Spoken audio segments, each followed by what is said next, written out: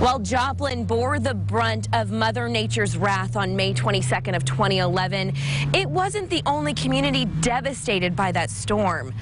The city of Duquesne was deeply impacted as well. We learn what the townspeople went through from Stuart Price. Much like parts of Joplin, it's hard to tell there was an EF5 tornado that ripped through the community of Duquesne 10 years ago. But former Mayor Denny White says looks can be deceiving. And I lived in the 10th of Duquesne. I was lucky. It missed me. But it just tore this town apart, and Joplin and everything. It was unbelievable, the things you'd see that night. Homes just gone, people trapped in homes, everything. It was a mess. White can't say enough about the will of the people who make up this resilient community. It wasn't about 2 days. I was up there working at my business, and I heard this hammers rebuilding already. And it went on for months, years even.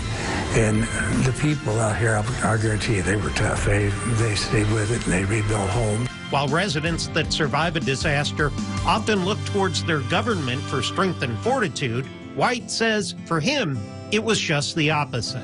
It was a pleasure to be a mayor here, and I was sorry I had to be a part of the tornado, but it changed my life. Even though he wasn't formally invited, he said he and the city's clerk went to a meeting between FEMA and the city of Joplin the very next day. I stood up, I said, I'm the mayor of Duquesne, Missouri, and I said, it came right to us too. And you know, within 2 hours, they were out here starting paperwork on everything, so I couldn't complain.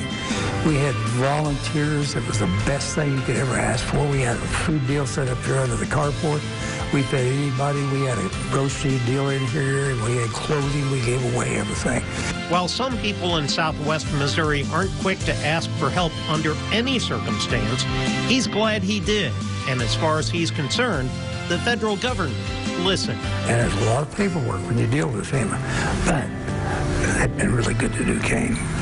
We've got a lot of money off of them for here, and we needed it. You know, there's no question about that. But I'll never forget it if I live to be 100. I'm getting closer all the time, too. In Duquesne, Stuart Price, KSN Local News.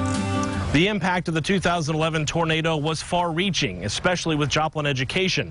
And nowhere was that more evident than at Joplin High School. Gretchen Bolander shows us the transformation of the campus in her report, Where Hope Lives. Now, we have to warn you, some of these images may be disturbing for some viewers. It's just kind of like one of those scenes that, you know, that's the first scene you see in a war movie or something. Then Joplin High School Superintendent Dr. Carrie Saketa remembers first thinking there might be a little roof damage. It didn't take long to find out he was way off. The high school didn't look as bad as it really was when I first saw it, then noticed how the gym was imploded, and I couldn't believe it.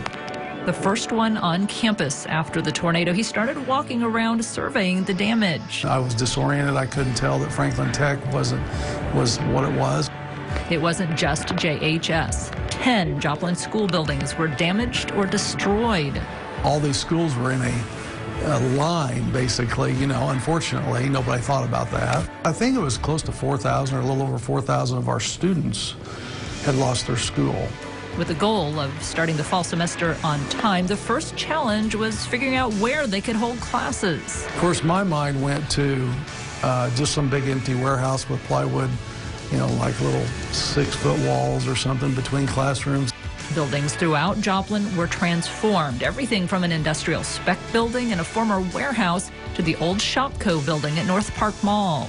It was interesting when you told people you had a campus in a mall. That always raised eyes and got attention. At least for juniors and seniors. Space limitations meant freshmen and sophomores were across town at the old Memorial Middle School. Across the street, large school events were staged at Memorial Hall. And Franklin Tech moved downtown.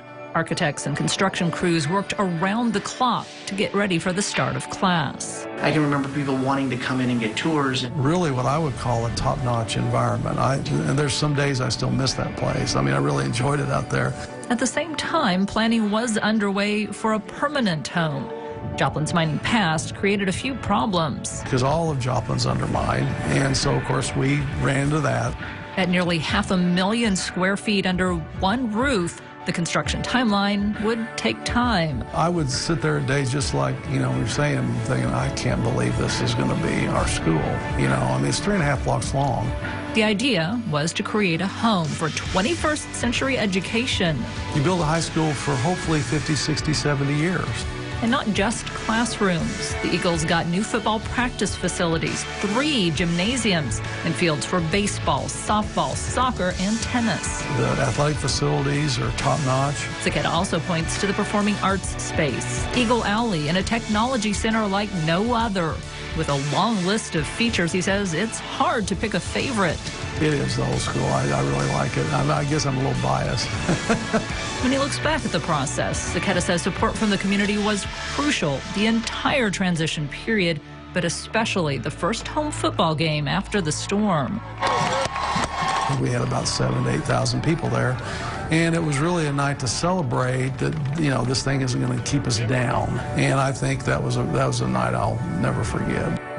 Reporting in Joplin, I'm Gretchen Bolander.